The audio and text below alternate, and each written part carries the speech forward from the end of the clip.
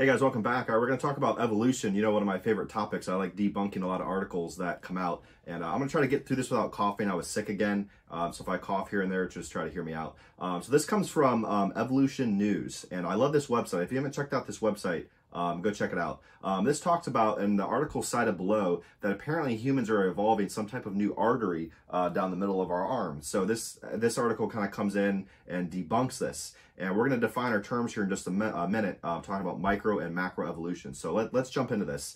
And you might find this kind of dry, but I always think these are super interesting articles because whenever you're in the mainstream media, science articles will ever come out, they'll always come out, and then no one will come back and debunk them when they're wrong. It's a really interesting phenomenon. So let's jump into this. Fact check. Humans aren't evolving a new artery.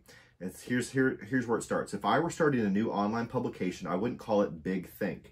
That's not only because the name is already taken, but because you're setting yourself up to trip and fall. I also wouldn't call a publication Brilliant Ideas, Great Reporting, or Amazing Insights, because what happens when it turns out that your thinking or reporting isn't big, brilliant, great, or amazing after all. Evolution in action. With this in mind, I turned to a headline from last week of the news site Big Think, and this article just came out a few days ago. Humans aren't evolving a new artery, or humans are evolving a new artery. Oh, really? And when you actually click on that article, it's like the shortest article I've ever read. And there's not even any sources that are cited. It's basically just an opinion piece. It's just a handful of paragraphs.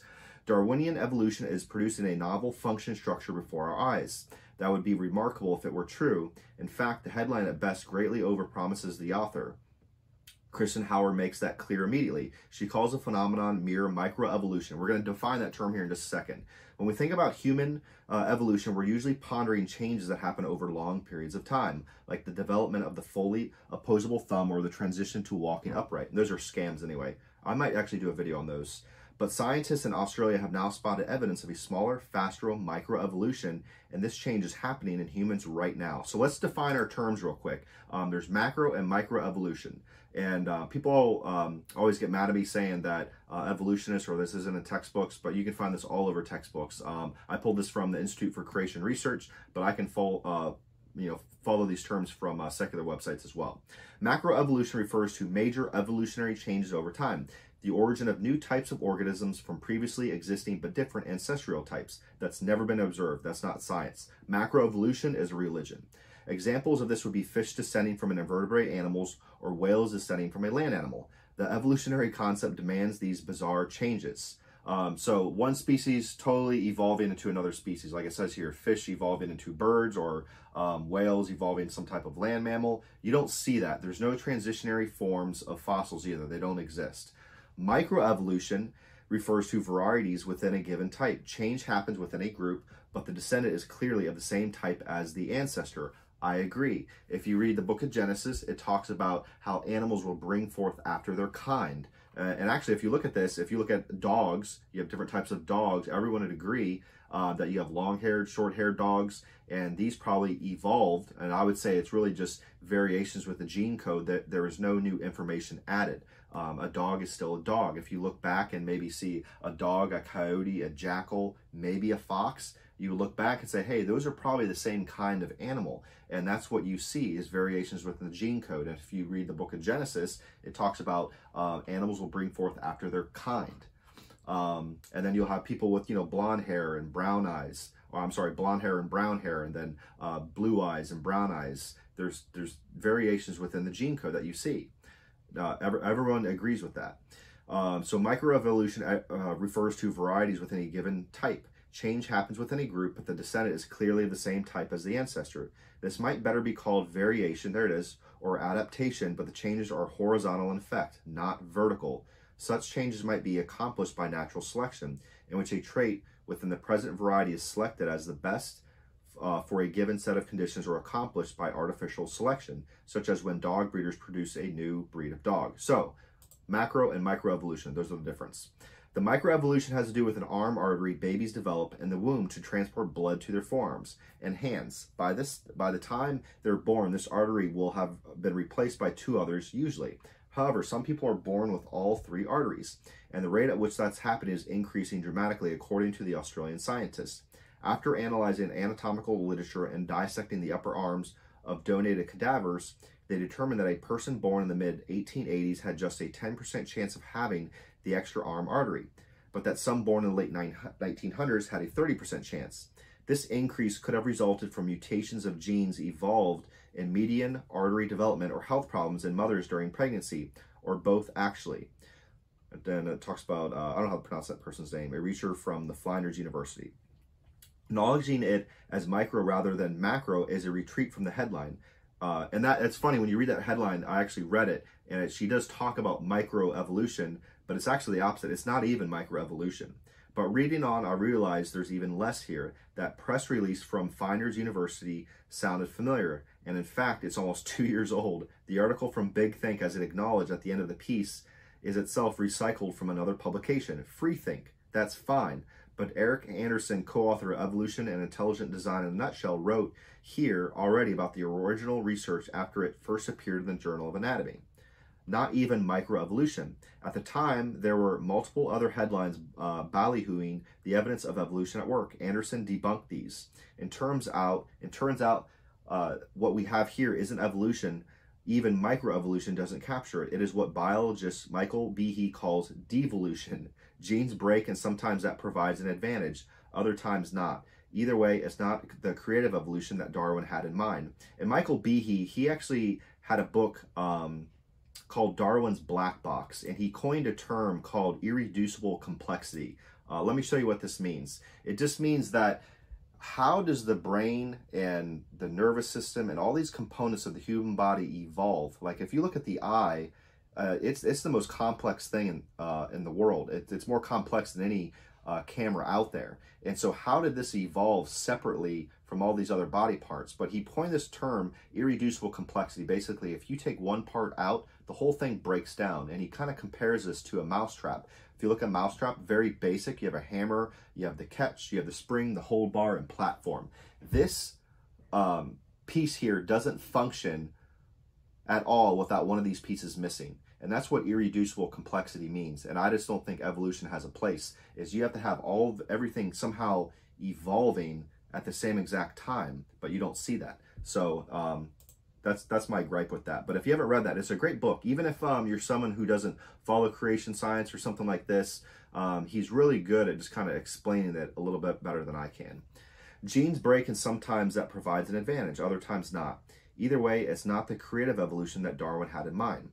Reported in the Journal of Anatomy, scientists in Australia had uncovered that more adults now possess a median artery of the forearm. So it's talking about this artery that runs through here. Contrast with the studies over the past 2 centuries, specifically based on a sample of 78 upper limbs dissected at 2 different Australian universities. The researchers analyzed whether a median artery in the forearm was present. They then compared this number to those of prior studies, included that the prevalence of median arteries of forearms since 1846 had increased from approximately 10% to 30%. The authors calculate that if the trend continues, nearly every person born after 2100 will have a median artery. So it's interesting though. So having that artery, it's going to go in here and debunk this more. But does that mean that, you know, the year 2100, maybe my hand's going to turn into a fin, and maybe I'm going to have gills and I'm going to be able to swim in an ocean, or maybe my hand will evolve and, you know, maybe a bird wing or something. I'll be able to fly. And that's what this just doesn't make sense, is this isn't evolving into some other creature. Prevalence of this additional artery may be of significance to modern medicine because sometimes the median artery, when present, passes through the carpal tunnel. Thus, it can compress the median nerve and causing carpal tunnel syndrome. Given that millions of us struggle with carpal tunnel syndrome in our device-infested world, this is potentially a legitimate cause for concern. Setting aside for a moment the small sample size, as the authors acknowledged, let's assume that the numbers reported in the study and the prior studies back to the mid-1800s are reflective of a genuine trend in the prevalence of the forearm median artery. Let's further assume that the research projections for the future increase of the prevalence are spot on, and that everyone born after 2100 will carry a median artery. What does this demonstrate about evolution? After all, it isn't sufficient to simply observe a biological change and then declare it. Therefore, humans are evolving. We must look at the underlying cause to understand what is really happening. The authors of the study acknowledge that the cause of this change is unknown, but suggest it is likely the result of a mutation in regulatory structure. Specifically, the median artery is an embryonic structure which normally regresses around the 8th week of gestation. The median artery is therefore a perfectly normal aspect of human anatomy. It was already, that's the thing, it was already present during early embryonic development, and then typically fading or disappearing altogether. And if you think about that, evolution says things get better, and this is degressing. If you look at all the definitions, is that we apparently progress and get more sophisticated, but there's no such thing as a mutation that progresses and gets better. Everything under a mutation gets worse or disappearing altogether as the radial and ulnar arteries on either side of the forearm develop and take over the job. If we pause here and consider the facts, we can already see the clear outlines of a rational, fact-based answer to the question at hand. The median artery is a normal, presumably essential part of early embryonic development after the artery has done its job. Developing embryo shuts down the median artery as it develops the radial and ulnar arteries. This speaks clearly to regulation and control, the kinds of things that are consistent with a planned and purposeful process. Indeed, the authors recognize that a regulated system is at work. The mechanism for the regression of the median artery is initiated and regulated by specific genes. Persistence of the median artery into adulthood indicates the failure of the expression of these genes. The researchers go on to suggest that this failure of the regression process could have resulted from alteration of or damage to genes by mutations, or perhaps an environmental factor such as an infection of the mother could have disrupted the regression process. In either case, what we have is a carefully controlled process toward a particular outcome that has been disrupted. Unfortunately, the authors do not pursue this clear line of thinking. And I agree, that article is just an opinion piece, and they offer no other insight backing up of any type of research, but instead immediately revert to the evolutionary paradigm within which they think the evidence needs to fit, arguing that the increased prevalence of the median artery over the last 125 years means a true evolutionary process of the change in gene pools, and the prevalence of persistent median arteries in adult forms of people in many countries may be a trend associated with the evolutionary process. References to evolution are sprinkled throughout the paper, yet, despite the clear implication that the failure of median artery regression is due to a hitch in a sophisticated controlled process, little additional attention is paid to this fact. The authors do not mention regulation again, and there is no discussion of controls or outlines of additional research that could be pursued along these lines. Instead, the observations are shoehorned into a mental box of Darwinian thinking. With vague appeals to selection pressure as the cause of the observed change, there seems to be a collective blindness to the evidence right under our noses. Darwin devolves again. No new biological structures were observed. That's true. If you look at evolution, we're supposed to get more complex and better, but there is nothing new. You're still using existing information.